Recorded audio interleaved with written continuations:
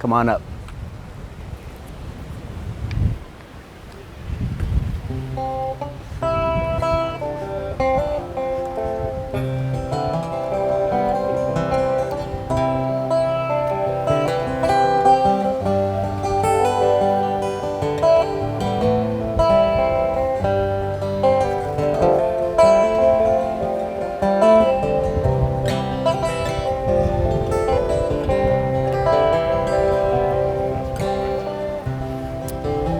Who gives away this woman to be married? Carol and I do. So you guys shake hands?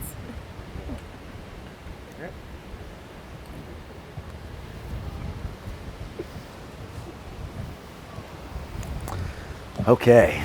Welcome everybody to this joyous occasion. We weren't able to get the PowerPoint presentation set up, so going to go old school, noggin and notebook. So, my name is Nate Bonetta. For those of you who don't know me, I'm a friend of the bride and the groom. For those of you who do know me, it's good to see you again. I hope the things we previously talked about are going positively for you. We should continue catching up. Wrapped up right now. Should be wide open in about half an hour. First joke out of the way. Crowd warmed up. Step 2. So I was there the first night that Matt and Kristen met, which was pretty special. It's one of those chance encounters that leads to them buying a house together, getting a beautiful dog, Ellie. I'm assuming a lot of Whole Foods trips, some sort of shared Netflix subscription. I'm not really sure, but things have gotten pretty serious. So I started thinking to myself, what are the chances of these two great people meeting each other? I mean, what are the actual odds of Matt meeting this great girl? So I started thinking to myself, Nate, you're a smart guy. Got some free time, access to Google. Let's figure this out. So it turns out there's 170,000 singles in the Cleveland area. And 51% of them are women. About 30,000 of those are in Matt's same age range, let's say. Then you have to throw in all kinds of variables like, are they actually going to be attracted to each other? Are they going to be intellectually stimulated to each other? Is there going to be the same type of values? You throw that stuff all in a pot, you mix it around a little bit, and you come out with 1 in 15,000 chance that Matt meets his true love. That means Matt has to talk to 15,000 women in order to find one. We had 600 people total in our high school. And I don't know about Matt, but I only talked to like 30 of those people. So we can assume that Matt got pretty lucky in this situation.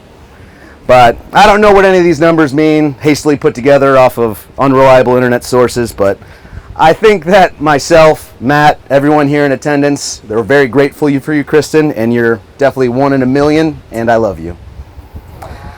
So right now, the brothers of the bride have prepared a couple readings. So first I'm going to invite Carl up to do a reading for you.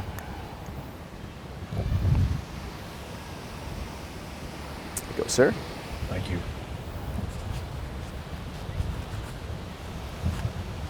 Touched by an Angel by Maya Angelou. We, unaccustomed to courage, exiles from delight, live coiled in shells of loneliness, until love leaves its high holy temple and comes into our sight to liberate us into life. Love arrives, and in its train come the ecstasies, old memories of pleasure, ancient histories of pain, yet if we are bold, love strikes away the chains of fear from our souls. We are weaned from our timidity in the flush of love's light, and we dare to be brave. And suddenly we see that love costs all we are, all we ever will be, and yet it is only love which sets us free. Now I'm going to invite Kevin up here for the second reading.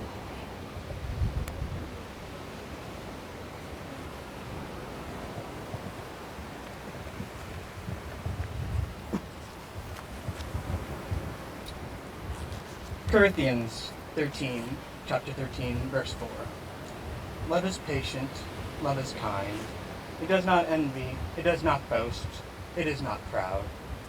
It does not dishonor others, it is not self-seeking, it is not easily angered, it keeps no record of wrongs. Love does not delight in evil, but rejoices with the truth. It always protects, always trusts, always hopes, always perseveres. Love never fails. Amen. Next, Matt and Kristen have decided to write their own vows. So I'm going to go ahead and have Kristen go ahead and go first. You have that right. You have that right. Should we You ask can them? sit down. I missed that one. That's on me. All right. Our journey so far has been full of love, adventure, fun, and living life to its fullest. I'm excited for a lifetime of many more adventures ahead of us. You are my best friend and my soulmate. I vow to continue to be by your side, loving you as much as I possibly can, and I promise to try to continue to inspire you just as much as you inspire me. Encourage you when you need encouragement and cheer you on with your successes. Falling in love is involuntary when something divine intervenes and makes a connection between two people. Truly loving someone is a chance.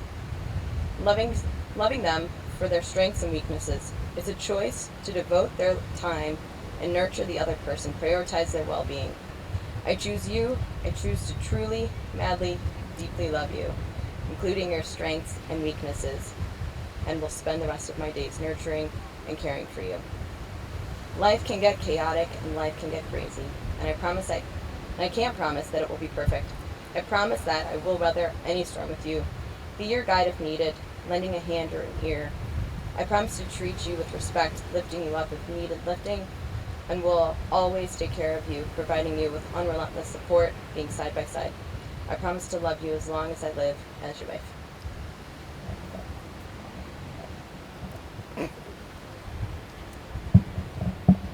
No. You can go.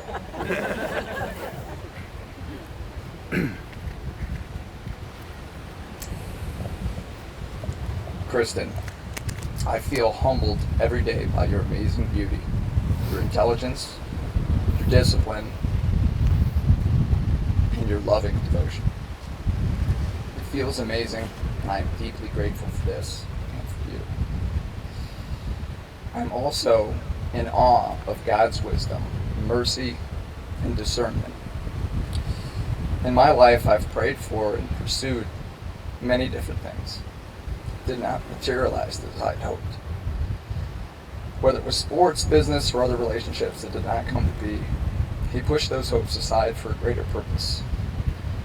Instead, God decided to design the perfect blend of successes, failures, and forks in the road to lead me right here, right now, ready to marry the woman of my dreams,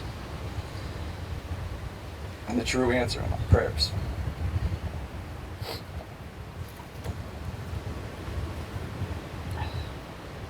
Now that this symphony has been played and we're here together, it's time to begin the story of our journey as husband and wife. As your husband, I promise to be passionately and tirelessly work to be the partner that you deserve. I promise to love you, to say I love you, and to demonstrate my boundless love for you every day and every night.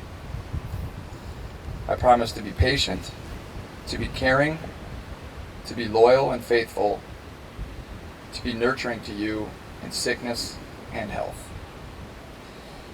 I promise to embrace the challenging times, to celebrate the good times, and to learn from the hard times. I vow to be a source of strength and inspiration to you as you are to me.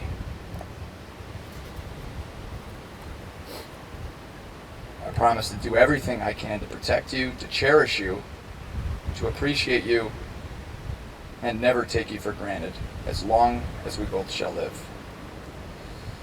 When we make it to be old and wrinkled together, whether we are rich or poor, I promise to always hold your hand and smile as we remember this amazing life we are creating together.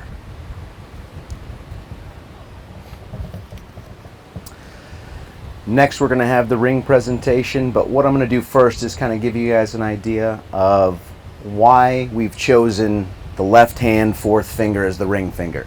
There's been a lot of speculation, a lot of arguments about this. Have you seen this? Have you heard about this? Basically, some say it's just chance. Some say there used to be a vein that would run directly from that finger up to the heart called the love vein. The Chinese have a particularly beautiful story about that, and if I could get my friend John Lamont to hold my thing. This is going to be an interactive story, so everyone here in the wedding is going to join in with me.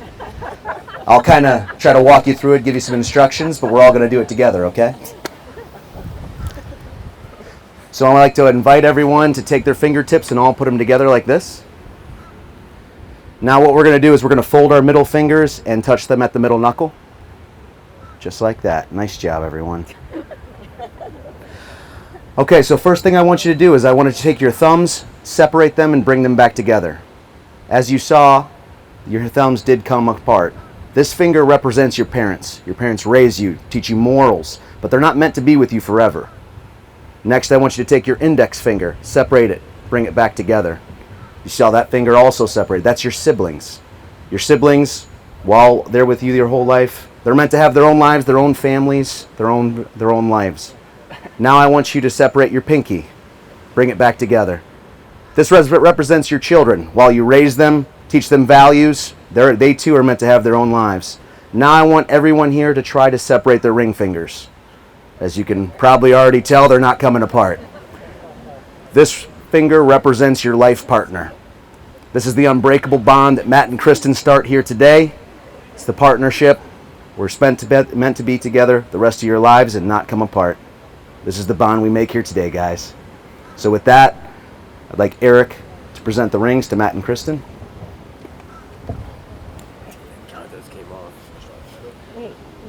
Now switch it up. I'm going to ask you guys a question. When your partner answers it in the affirmative, I would like you to place the ringer on their finger. Step closer. Kristen, do you take Matt to be your lawfully wedded husband? I do. Matt?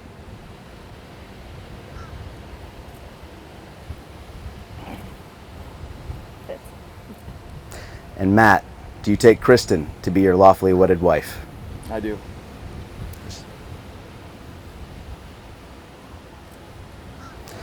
So by the power invested in me by the state of Florida and the Universal Life Church, I now pronounce you man and wife. You may now kiss your bride.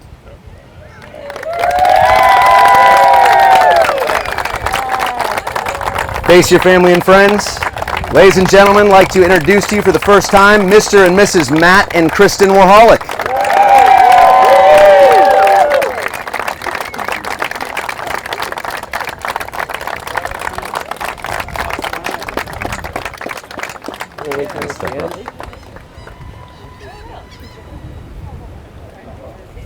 You guys come together.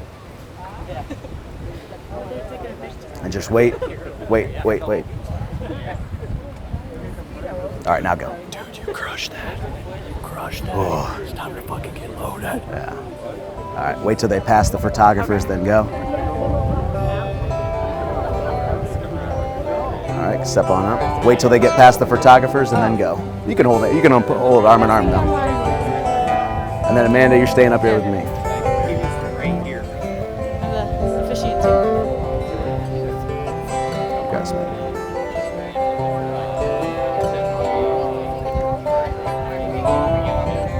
Kathy, Mike, wait till they make it up to the photographers, then go. All right. What more do you have to say? You have to say a lot more. So folks, we are going to have a cocktail hour. I invite you to follow myself and Amanda from the front row to the back. We're going to head over for cocktail hour. All right? Everyone excited? Yeah. Good time at the wedding? Yeah, let's get rowdy.